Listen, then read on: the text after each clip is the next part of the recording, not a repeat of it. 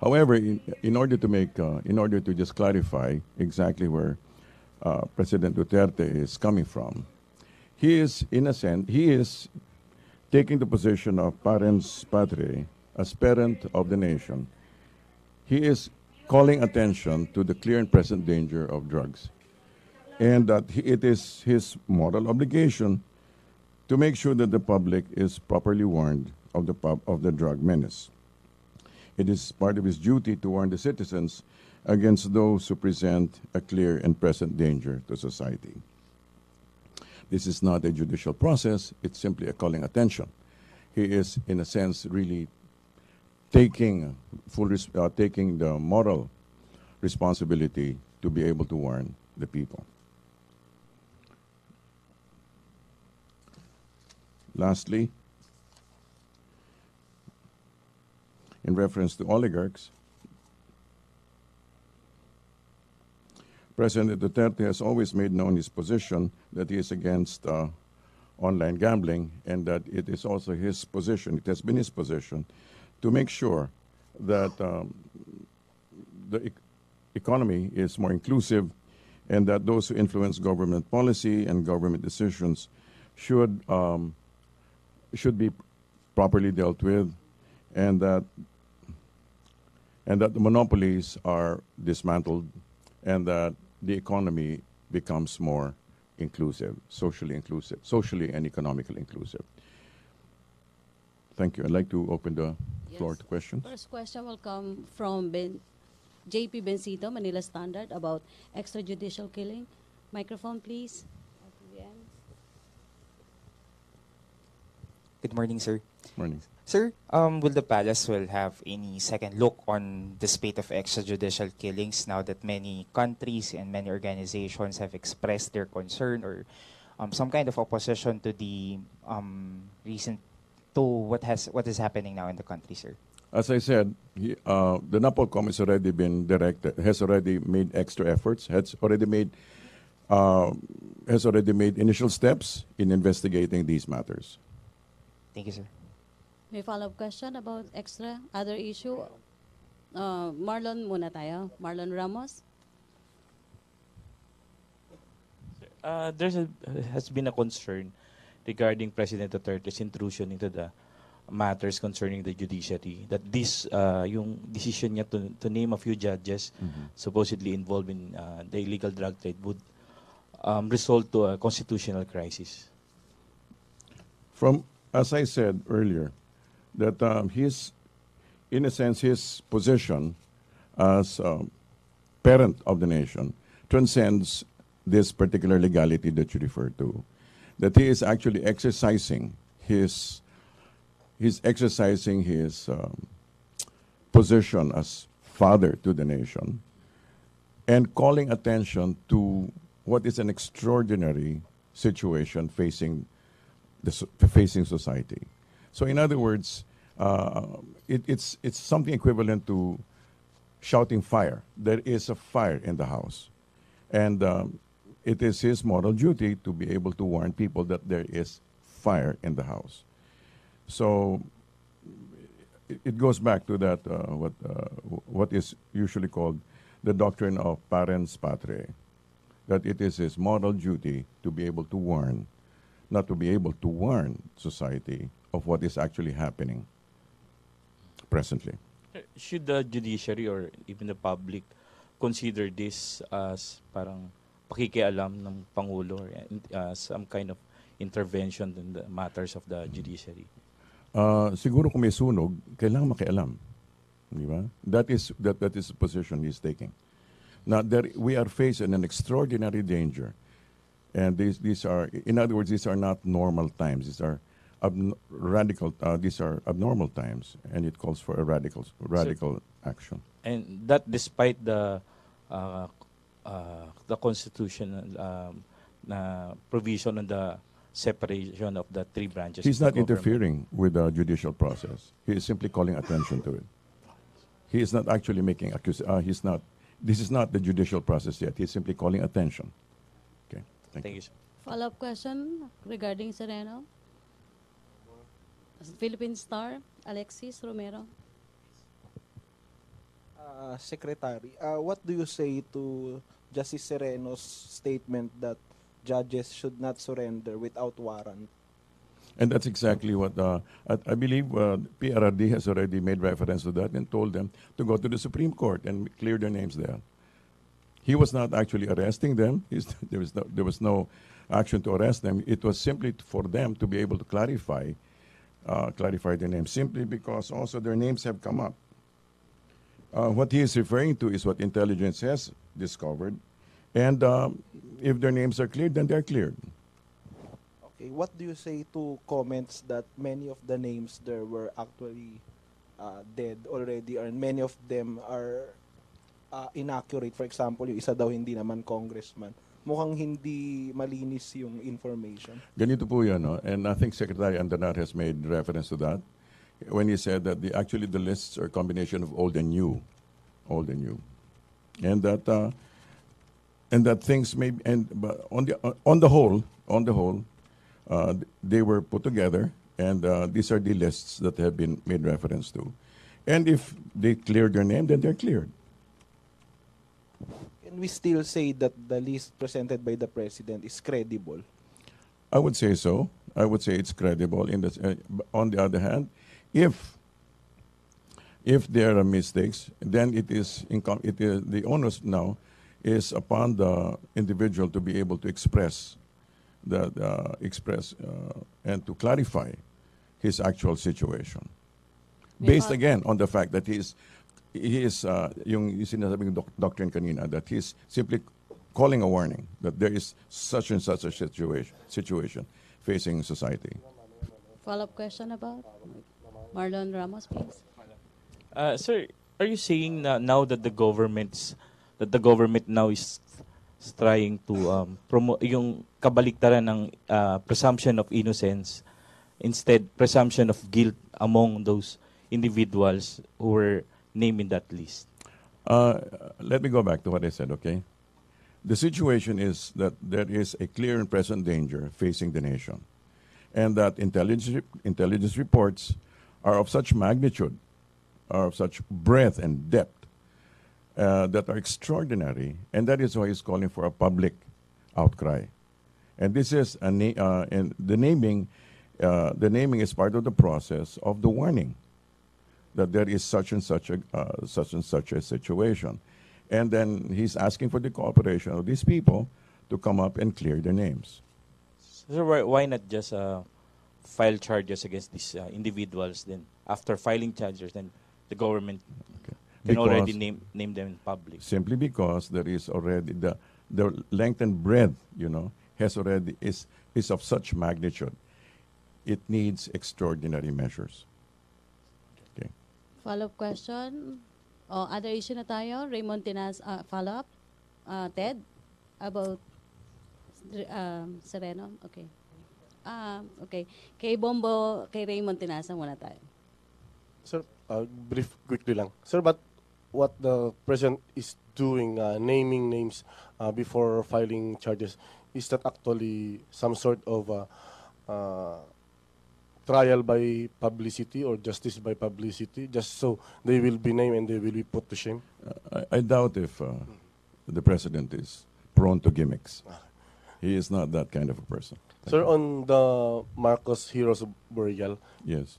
sir, with all those directives and I think decision of the president himself to allow the burial of the former president at the libingan ng mga bayani, as we speak, none can change or can stop the burial of Mr. Marcos. Let's put it this way: the president is aware that there are protests, and that he allows for the protest. He allows people to make their own comments, and make their own political stance, make their own statements, and he accepts that and he recognizes that. However, from his point of view, it is necessary to move on. It is now time to move on. So it's a go. The process continues. Sir, are we confident that there would be no legal problem with that? From where it is coming from, the process continues now, and everybody and anybody is free to express their protests. Thank you, sir. Thank you. Follow-up question, Hannah? Hannah Sancho? Sir, good morning.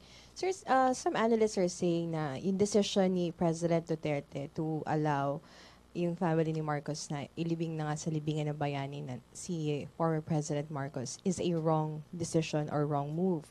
Kung ang motive naman ng Pangulo is for the country to move on, we cannot move on daw, sir, according to yung mga experts, they're saying na unless maging accountable ang family ng Marcos dun sa mga pagkakamali na ginawa nila during nung panahon ni Marcos na naging Pangulo siya ng bansa. Unless magkaroon ng accountability, hindi po daw tayo makakapag-move on. In which case, those who feel that there is a particular objection, then they should raise it. They're free to raise it. Follow-up question? Marlon Ramos? Sir, the late President Marcos is long regarded as a dictator, Okay. authoritarian ruler, a tyrant. Does this government believe otherwise? Believe that what? That he's not a dictator, that he's not a tyrant during his time? Well, all I can say is this. According to the regulations that have been referred to, there are at least two reasons for him to be able to be buried accordingly, and that is that he was an ex-president, that is also a veteran, war veteran. So I think there's no reference to whether he was a dictator or not. It simply is that according to the regulations, he seems to be qualified.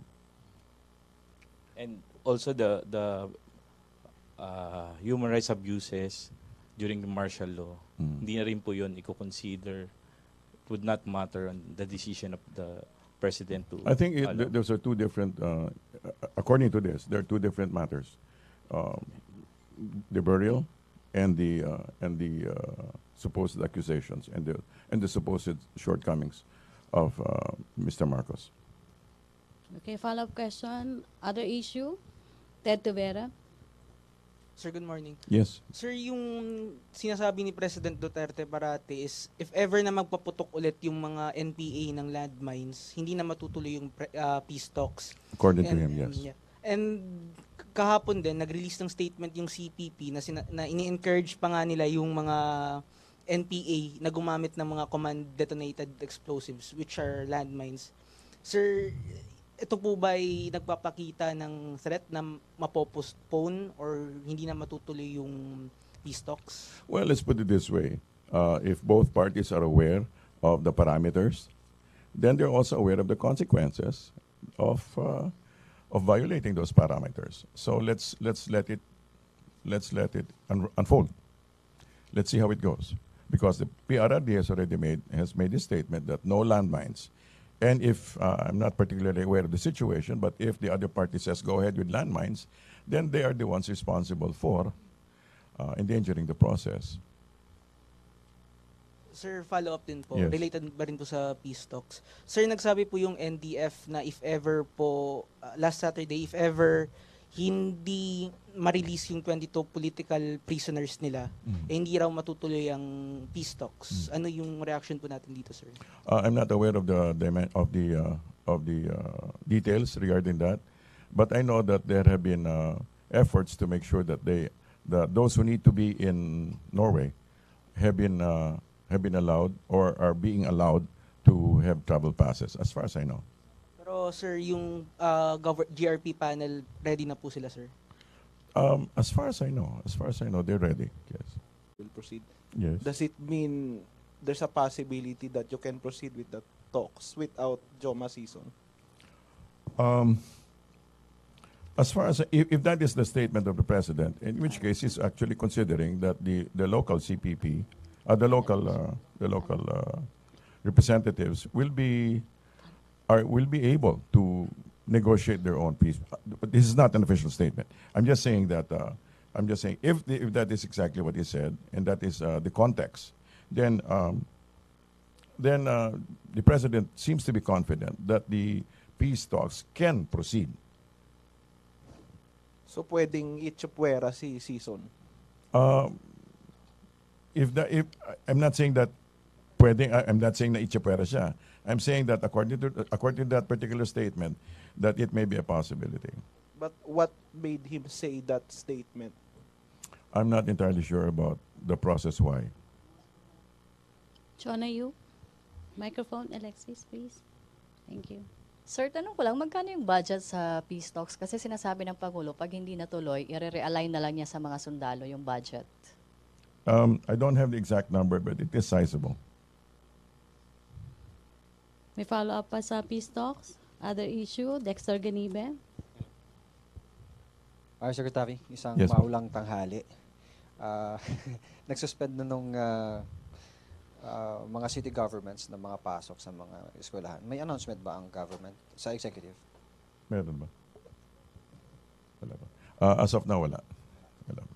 Sir, previous days, lagi tayong nasa bingit nung kakulangan ng supply ng kuryente sa Luzon. Ano na ang ginagawa ng ating pamahalaan? I think that the question is should be better referred to DOE, Secretary Cusi. Pero may direktiba ba from Malacanang na maging priority ito kasi for how many days na laging kulang o hindi masyadong manipis yung reserve? I'm sure they have a conversation going between PRRD and DOE. Okay. Marlon Ramos and then Hannah Sancho. Last two questions, sir. Sir, since July 1, according to some reports sa GMA, they place it at 500. People have been killed. In ABS-CBN, since June 30, 800 plus. Sa Inquirer, close to 500 yung tally namin dun sa kill list namin. Is the President happy that hundreds of Filipinos are being killed because of the drug war? I think that implies a certain sadistic tendency, doesn't it? No, I don't think he's happy about it. I don't. I hardly think happiness is the right word to use. I think he's very concerned, and in fact, he's bothered and troubled. But referring to happiness, I think he appreciates the fact that there is the people are more and more aware of the situation. If there's anything at all, it is the fact that the people are now aware of the depth and the breadth of the clear and present danger of the drug menace. But no, he is not happy. He is deeply and profoundly concerned. In previous speeches, the President admitted that there had been extrajudicial killings Yes. involved dito sa gera sa laban sa droga. Hindi ba contradictory sa sinasabi niyo ngayon, sir, that he's concerned, that he's not happy with what is happening to our country right He now? is in fact admitting that there are mistakes. Tama? And that's why pinapimbestiga. And I'm sure he is not happy about that. Thank you. Hannah Sancho? Sir, pinapa-clarify lang po, yung mga i-release na political detainees na a-attend sa peace talks sa Oslo, Norway, sino po mag-shoulder ng budget po? I think it's a shared expense. So as far as I know, government it's a shared and expense. Government and Their counterparts. okay. Sir, phone in lang po. Kailan po daw may possibility po ba or napangalanan din po ng Pangulo yung mga nasa private sector or celebrities, personalities, big businessmen na may connection or involved po sa droga sa Pilipinas? Pag meron po intelligence report, I'm sure that there will be announcements made. Papangalanan din po ng Pangulo. If there are intelligence reports, validated intelligence reports. Sir, another phone in. Pinapatanong po ni... Sorry, sir. Pinapatanong po ni Joseph ng GMA, will Marcos be buried as president or as a soldier? Come again? I didn't hear the question. Will Marcos be buried as a president or as a soldier? Well, he qualifies as both. Raymond Tenasa? Sir, push ko lang yung follow-up lang sa drug menace dun sa industriya namin. Sir, pero iimbestigahan yung supplier or yung nagbibigay din ng mga droga sa mga artista kasi hindi naman lingid na marami ng mga artista na ika nga, Nabaliw na rin yung iba, nasira yung career dahil sa illegal na droga. Kasi ever since may mga circulating reports na may mga concerts, may mga nagsusupply na sindikato sa mga artista. So ano po yung tanong niyo? But they are also part of the investigation to pursue the one supplying that industry. Like I said, like I responded to the lady, if there are intelligence reports, then there will be announcements made. Validated intelligence reports. If. Okay, thank you. Thank you. So last na lang daw si Marlon. May Go ahead. question about drugs pa rin. Follow up. Oh, Marcos Ber. Sorry, okay lang ba, May? Sure, one. So will the late dictator be buried as a hero? Will he be interred in the libingan as a hero? He will be buried. Thank you very much. Ayun, last question. Ay, sorry po. Last na talaga. Last na to si Ted De Vera. Sir, pasensya na. Sige, Ted. Hindi, sir, yung, ano po yung reaction natin dun, sir, sa mga sinasabi nila na yung mga pinapatay lang daw yung mga maliliit, mga small time, pero yung mga mayaman, hindi naman daw po na papatay. So maybe you should look at it from a different perspective also, no? There have been some comments, there have been some analysis, and this is simply answering it from a different perspective. That most probably, a number of the killings may have been occurring on the level of those who supply and those who supply and those who retail. So maybe that is where most of the killings are happening, apparently. Okay? So thank you very much. Okay, thank Good morning. you, Presidential Spokesperson Ernesto Abella. Thank you, Malacanang Press Corps. Back to our main studio sa Radyo ng Bayan at PTV. Thank you, sir.